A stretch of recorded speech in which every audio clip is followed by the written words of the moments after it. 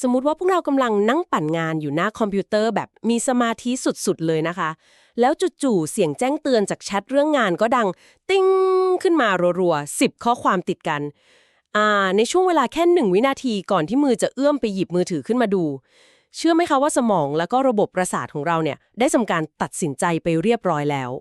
อืมตัดสินใจไปแล้วเหรอครับใช่ค่ะมันตัดสินใจไปแล้วว่านาทีต่อไปนี้เราจะเครียดจนเส้นเลือดเต้นตุบๆหรือว่าเราจะสามารถมองข้ามมันไปได้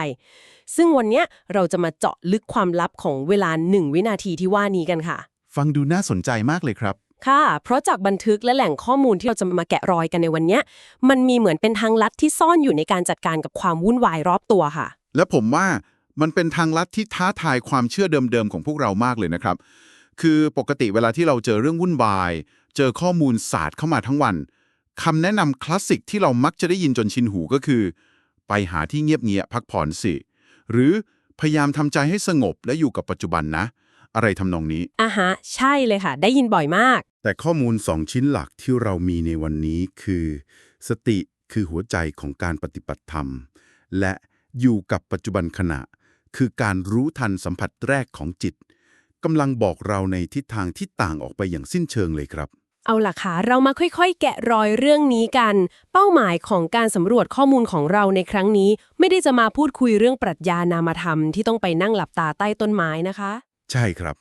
ไม่ใช่อะไรที่เข้าถึงยากแบบนั้นแต่เรากำลังจะมาถอดรหัสสิ่งที่เรียกว่ากลไกการทำงานของจิตใจเพื่อหาเกราะป้องกันในยุคที่แบบข้อมูลข่าวสารมันท่วมท้นจนแทบจะจมน้ำตายอยู่แล้วสิ่งที่น่าทึ่งในจุดนี้ก็คือข้อมูลเขาบอกชัดเจนเลยครับว่าความสงบที่แท้จริงไม่ได้เกิดจากการวิ่งหนีปัญหาไปอยู่บนภูเขา หรือการพยายามปิดสวิตช์สมองไม่ให้รับรู้โลกภายนอกเพราะในโลกเป็นจริงมันทำแบบนั้นไม่ได้อยู่แล้วเนอะถูกต้องครับความสงบที่แท้จริงมันเกิดจากการที่เราสามารถเข้าไปแฮ็กหรือเปลี่ยนวิธีที่สมองและจิตใจของเราตอบสนองต่อสิ่งเร้าเหล่านั้นตั้งหากครับและเครื่องมือเดียวที่จะเข้าไปทำงานในระดับเสี้ยววินาทีนั้นได้ข้อมูลชุดนี้เรียกว่าสติครับพอพูดคำว่าสติปุ๊บเชื่อว่าหลายคนอาจจะเริ่มรู้สึกว่ามันเป็นคำที่ได้ยินจนช้ำไปหมดแล้วแบบเดินเตะโต๊ะก็บอกขาดสติลืมกระเป๋าสตางค์ก็บอกไม่มีสติใช่ครับคนมักจะติดภาพจำแบบนั้นแต่ถ้าเราข้ามเรื่องนิยามตามพจนานุกรมไปเลยในมุมมองของการทำงานระดับลึกเนี่ยสติที่ว่านี้มันทำงานยังไงคะคือถ้าเราตัดภาพความเข้าใจแบบเดิมๆทิ้งไปนะครับข้อมูลชุดนี้ไม่ได้มองสติเป็นแค่เรื่องของความจำไม่ใช่การจำได้ว่าเมื่อวานกินอะไรแต่สติคือระบบปฏิบัติการที่ทำงานแบบเรียลไทม์ครับระบบปฏิบัติการเรียลไทม์หมายถึงทำงานอยู่ตลอดเวลาแบบนี้เหรอคะใช่ครับคือการรู้ตัวในวินาทีนี้เดี๋ยวนี้เลยถ้ากำลังพิมพ์งานก็รู้ว่าพิมพ์ถ้ากำลังหงุดหงิดเพื่อนร่วมงานก็รู้ว่าหงุดหงิดข้อมูลเขาเปรียบเทียบไว้อย่างน่าสนใจมากครับว่าสติเปรียบเสมือนรั้วที่คอยกั้นไม่ให้จิตไหลกระเจิงไปตามอารมณ์และเป็นเหมือนแสงไฟที่ส่องให้เราเห็นกลไกความจริงของสิ่งที่เกิดขึ้นกับกายและใจของเราในชั่วขณะนั้นฟังดูเหมือนเรากำลังติดตั้งสแปมฟิลเตอร์หรือไม่ก็จ้างพนักงานรักษาความปลอดภัยส่วนตัวมายืนอยู่หน้าประตูใจเลยนะคะ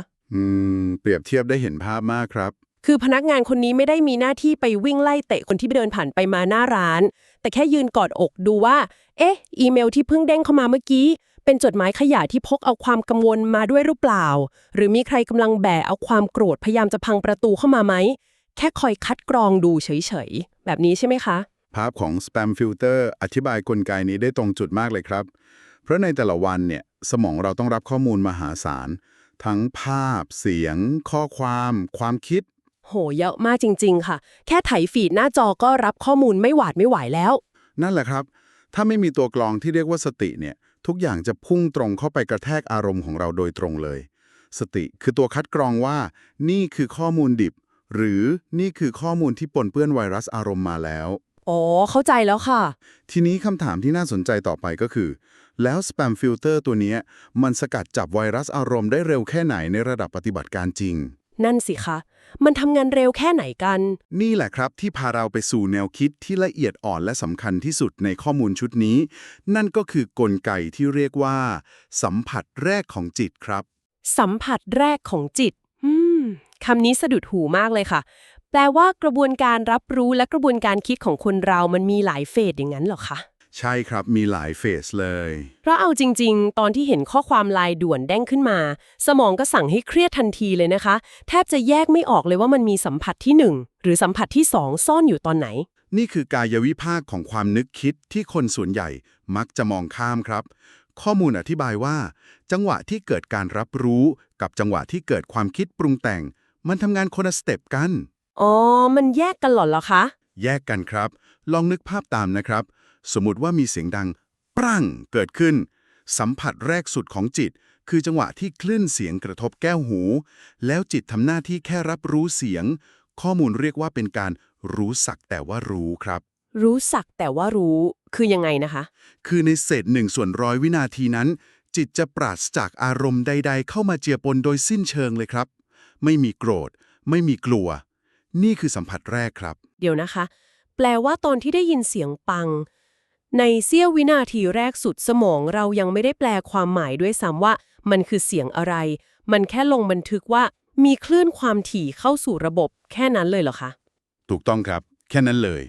แต่นี่คือจุดที่กลไกของสมองมนุษย์เริ่มทำงาน ในทางวิวัฒนาการ สมองเราถูกออกแบบมา ให้ต้องรีบประเมินความเสี่ยงเพื่อเอาชีวิตรอด ฮะ เพื่อให้เรารอดพ้นจากอันตราย ใช่ครับ พอรับรู้สัมผัสแรกปุ๊บ เพียงแค่เสี้ยววินาทีเดียว สมองจะกระชากเราเข้าสู่สัมผัสที่2ทันที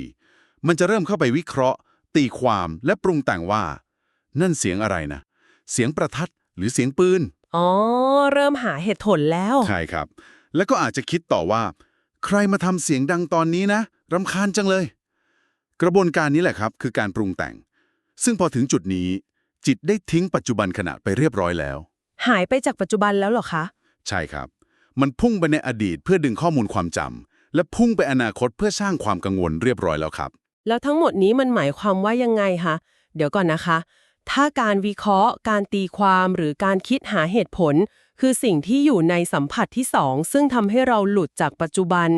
แปลว่าแหล่งข้อมูลกำลังแนะนำให้เราหยุดการทำงานของสมองไว้แค่สัมผัสแรกหรือเปล่าคะ เป็นคำถามที่ดีมากครับ คือแค่ได้ยินเสียงก็ทำตัวเป็นท่อนไม้ไม่ต้องคิดอะไรต่อ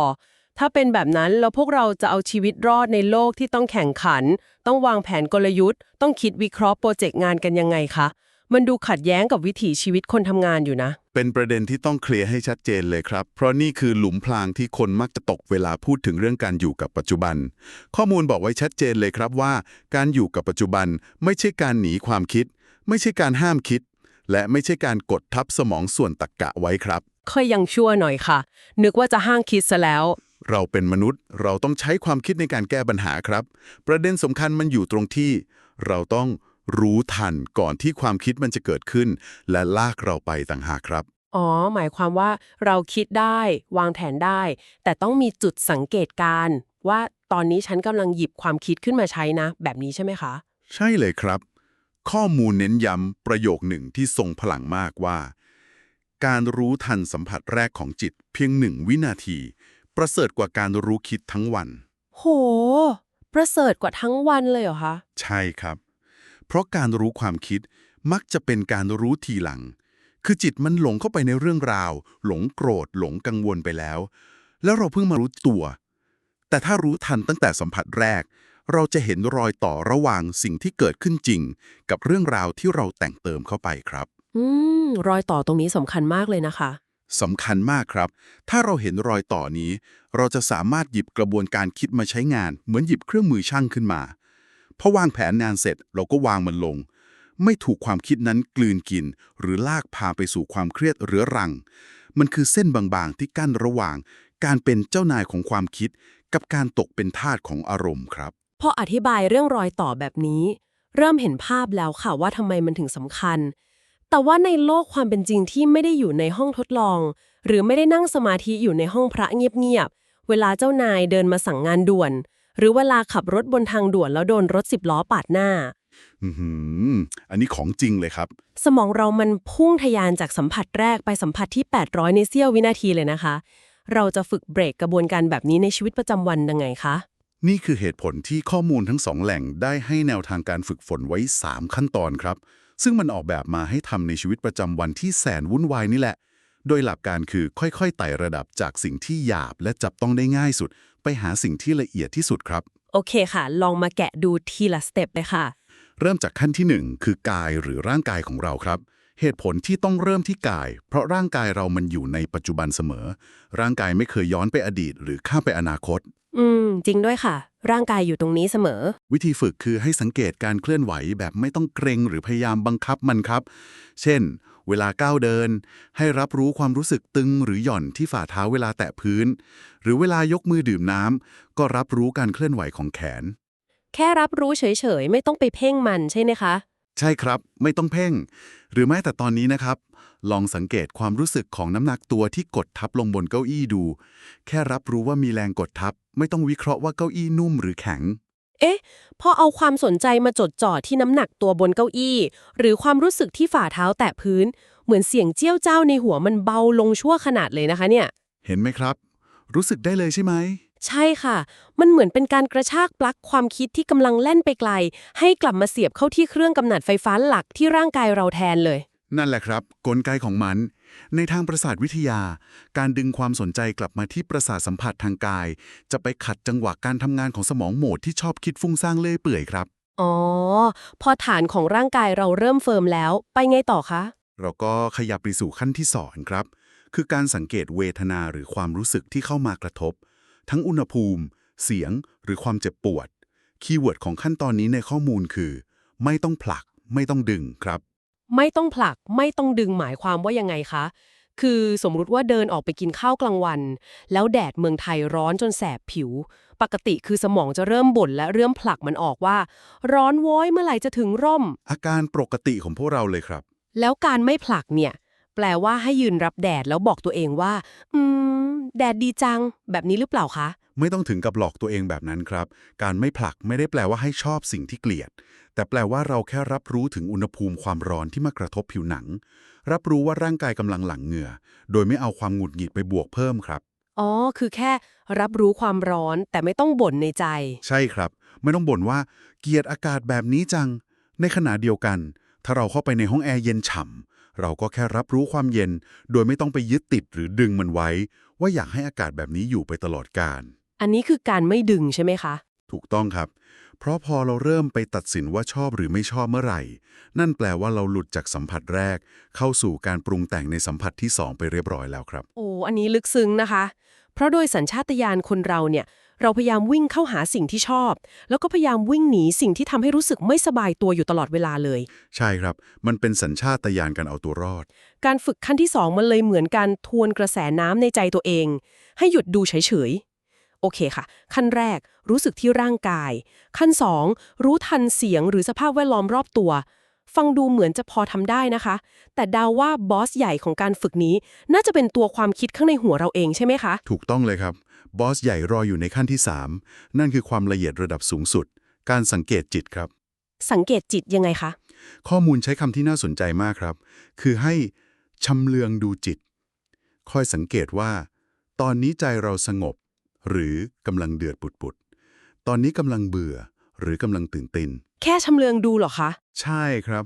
กฎข้อเดียวเลยคือเพียงแค่รับรู้สภาพของมันโดยไม่ต้องพยายามกระโดดลงไปแก้ไขครับ ถ้าใจกำลังฟุ้งซ่านคิดเรื่องงานไม่หยุดก็แค่บอกตัวเองว่า อ๋อ ตอนนี้ใจมันกำลังฟุ้งซ่านนะ จบแค่นั้น ไม่ต้องไปด่าตัวเองซ้ำว่าทำไมถึงไม่มีสมาธิเลย ตรงนี้ล่ะค่ะที่มันน่าสนใจมากๆ พอฟังถึงขั้นที่ 3 ภาพที่เห็นชัดเจนเลยคือ สมมุติว่าความคิดและอารมณ์พวกนี้ มันคือรถยนต์ที่กำลังวิ่งอยู่บนทางด่วน การฝึกแบบนี้ไม่ใช่การพยายามไปสร้างกำแพงขวางถนนไม่ให้รถวิ่ง เปรียบเทียบได้ดีครับ แต่มันเหมือนการเอาตัวเองไปยืนอยู่บนสะพานลอยคนข้าม แล้วก้มมองลงมา เราเห็นรถสปอร์ตสีแดงเหยียบมิดไมล์ผ่านมา นั่นคือความโกรธที่เพิ่งโดนบอสตำหนิ เราเห็นรถบรรทุกคันใหญ่ขับชืดๆช้าๆ นั่นคือความขี้เกียจตอนบ่าย3 เห็นภาพชัดมากเลยครับ คือเราเห็นรถทุกคันแล่นผ่านไป แต่เราเป็นแค่คนยืนดูอยู่บนสะพานลอย เราไม่ได้กระโดดลงไปเกาะกระโปรงหน้ารถสปอร์ตคันนั้น หรือไม่ได้ลงไปยืนขวางรถบรรทุก แค่รับรู้ว่ามันแล่นมา แล้วมันก็แล่นจากไปแบบนี้ใช่ไหมคะ โปร่งมากครับ การยืนอยู่บนสะพานลอยนั่นแหละครับ คือการรักษาระยะห่างของสัมผัสแรก ฮะ แหล่งข้อมูลเน้นย้ำเลยนะครับว่าชีวิตทั้งชีวิตคือวัด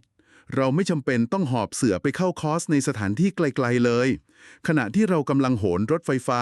เราก็รู้ทันความรู้สึกตึงที่แขนได้ เวลาประชุมแล้วโดนแย่งพูด เราก็สามารถชำเลืองดูความหงุดหงิดที่พุ่งปรี๊ดขึ้นมาในใจได้ คือฝึกได้ทุกที่ทุกเวลาเลย ใช่ครับ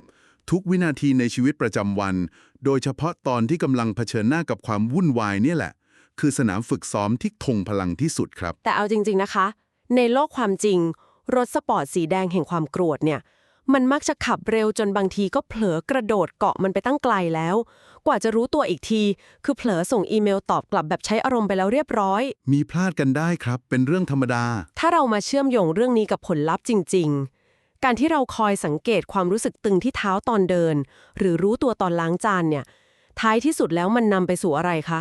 ทำไมเราถึงต้องพยายามมานั่งสังเกตวงจรอะไรพวกนี้ด้วย ถ้าเราเชื่อมโยงเรื่องนี้เข้ากับภาพใหญ่ของชีวิตนะครับ เมื่อเราฝึกยืนบนสะพานลอยบ่อยๆ หรือรู้ทันสัมผัสแรกเป็นประจำ สมองจะเกิดการเรียนรู้ใหม่ครับ มันจะเริ่มมีทักษะในการหยุดก่อนปรุงแต่ง หยุดก่อนปรุงแต่งหมายถึงคิดช้าลงเหรอคะ ผลลัพธ์ที่ตามมาอย่างเห็นได้ชัดเลยก็คือ ความคิดที่เคยฟุ้งซ่านเป็นพายุ มันจะค่อยๆชะลอความเร็วลงครับ อารมณ์ที่รุนแรงอย่างความโกรธ ความเกลียดหรือความกลัว มันจะไม่มีเชื้อเพลิงไปเติมให้มันลุกโชน เพราะเราไม่ได้ไปคิดปรุงแต่งต่อยอดให้มัน อ๋อ พอไม่มีเชื้อเพลิงมันก็ไปต่อไม่ได้ ถูกต้องครับ สุดท้ายอารมณ์พวกนี้มันจะเกิดขึ้นมาตั้งอยู่แป๊บเดียวแล้วก็ดับสลายไปเองตามกลไกธรรมชาติ โดยที่เราไม่ต้องออกแรงกดข่มมันไว้เลยครับ เหมือนเราแค่ยืนดูไฟที่มันกำลังไหม้โดยไม่หยิบฟืนโยนเพิ่มเข้าไปใช่ไหมคะพอมันหมดเชื้อมันก็มอดไปเอง ใช่เลยครับ นี่แหละคือสิ่งที่ข้อมูลเรียกว่าเป็นความสงบที่แท้จริง และเป็นจุดเริ่มต้นของสิ่งเรียกว่าปัญญาครับ ปัญญาในที่นี้คือยังไงคะ คือเราจะเริ่มประจักษ์ความจริงว่า อารมณ์ทุกอย่างมันเป็นแค่แขกที่มาเยือนชั่วคราวครับ ไม่มีอะไรถาวร และที่สำคัญข้อมูลปลดล็อกความกังวลของผู้ฝึกได้ดีมากเลยเขาบอกว่า ไม่ต้องกดดันตัวเองให้ต้องทำได้สมบูรณ์แบบตลอดเวลา อืม อันนี้ดีค่ะ เพราะบางทีเราก็กดดันตัวเองเกินไป แค่เรารู้บ้าง พลาดไหลไปกับอารมณ์บ้างแล้วเพิ่งมารู้ตัวทีหลัง ก็ถือว่ายอดเยี่ยมแล้วครับ เพราะในเสี้ยววินาทีที่รู้ตัวว่าเมื่อกี้เผลอโกรธไปนี่นา นั่นแหละครับ คือวินาทีที่ได้ดึงตัวเองกลับมาสู่ความจริงของปัจจุบันขณะเรียบร้อยแล้วครับ สรุปก็คือในยุคที่พวกเรากำลังเผชิญกับข้อมูลข่าวสารที่ล้นทะลักเข้ามาจากทุกทิศทาง ทั้งข่าวลบโซเชียลมีเดียดราม่ารายวันหรือแม้แต่อีเมลงานที่ตามหลอกหลอนถึงเตียงนอน การรู้ทันสัมผัสแรกนี่แหละ คือระบบภูมิคุ้มกันที่ดีที่สุดเลยนะคะ ใช่ครับ เป็นภูมิคุ้มกันชั้นเยี่ยมเลย เมื่อเราไม่ถูกกระชากให้ปลิวไปตามทุกพาดหัวข่าว ไม่ยอมให้ทุกคำวิจารณ์ของคนอื่นมาสับสวิตช์อารมณ์ของเราได้ง่ายๆ เราก็จะได้อำนาจในการควบคุมพวงมาลัยชีวิตกลับคืนมา เปรียบเทียบได้ดีมากครับ มันไม่ใช่การหลับตาปิดหูปิดปากไม่รับรู้ปัญหาของโลก แต่คือการเปิดตารับรู้โลกอย่างเต็มที่ โดยมีเกราะป้องกันที่โปร่งใสคอยกรองสารพิษออกไปค่ะ สรุปได้คมคายมากเลยครับ แก่นแท้ของข้อมูลจากทั้งสองแหล่งที่เราสำรวจกันในวันนี้ ยืนยันตรงกันครับว่า สติคือหัวใจของการบริหารชีวิต และวิธีที่ทรงพลังและทำงานได้เร็วที่สุดคือ การจับสังเกตสัมผัสแรกของจิตให้ทัน รู้ตัวก่อนที่จะถูกลากไป ใช่ครับ รู้ตัวก่อนที่สมองจะเริ่มแต่งนิยายเรื่องยาวให้เราฟัง และให้ระลึกไว้เสมอว่า ไม่ต้องรอให้มีเวลาว่าง หรือรอสถานที่ที่สมบูรณ์แบบ เพราะชีวิตทั้งชีวิตคือสนามฝึกซ้อมของเราครับ วันนี้เหมือนพวกเราได้ถอดรหัสคู่มือการใช้งานสมองเวอร์ชันอัปเกรดเลยนะคะ เปลี่ยนคำว่าอยู่กับปัจจุบัน จากเรื่องปรัชญาที่แสนจะนามธรรม ให้กลายเป็นฟังก์ชันการทำงานที่เปิดและปิดได้ในเสี้ยววินาทีเลย เป็นเครื่องมือที่ใช้งานได้จริงในยุคนี้เลยครับ ใช่ค่ะ และก่อนที่เราจะจากกันไป วันนี้อยากชวนให้ทุกคนลองจินตนาการดูสิคะว่า หากปัญหาเรื้อรังและความเหนื่อยล้าส่วนใหญ่ในชีวิตของเรา ทั้งความขัดแย้งกับเจ้านายที่ทำงาน การตัดสินใจพลาดเพราะอารมณ์ชั่ววูบ หรือแม้แต่คำพูดทำร้ายจิตใจที่เผลอสาดใส่คนที่เรารัก ทั้งหมดนี้ล้วนถูกสร้างขึ้นและขยายผล อยู่ในช่องว่างแคบๆ ระหว่างการรับรู้ในสัมผัสแรก กับการปรุงแต่งในสัมผัสที่สอง น่าคิดนะครับ มันน่าคิดนะคะว่าจะเกิดอะไรขึ้นกับความสัมพันธ์และคุณภาพชีวิตของเรา หากเราสามารถขยายช่องว่างแห่งความรับรู้ตรงนั้น ให้ถ่างกว้างขึ้นได้อีกนิดนึงในทุกๆวัน บางทีอิสรภาพที่แท้จริงจากความวุ่นวายทั้งปวงบนโลกใบนี้ อาจจะไม่ได้อยู่บนยอดเขาหิมาลัย แต่อาจจะซ่อนอยู่ในเสี้ยววินาทีสั้นๆ ที่เราเลือกที่จะแค่รับรู้ แล้วเดินหน้าต่อไปก็เป็นได้ค่ะ เป็นมุมมองทิ้งท้ายที่ทรงพลังมากครับขอบคุณสำหรับการติดตามการเจาะลึกข้อมูลในครั้งนี้นะคะ